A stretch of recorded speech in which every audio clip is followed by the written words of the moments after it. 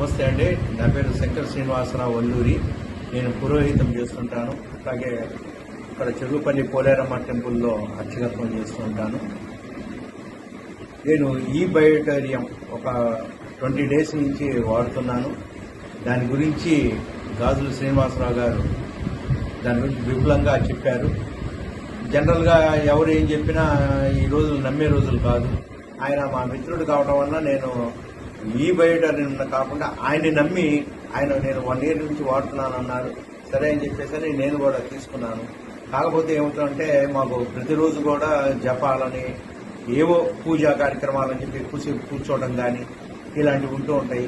లేచేసరికల్లా మోకాళ్ళు నొప్పులు రావడం ఇలాంటివన్నీ కూడా సహజ సిద్ధంగా వస్తూ ఉంటాయి.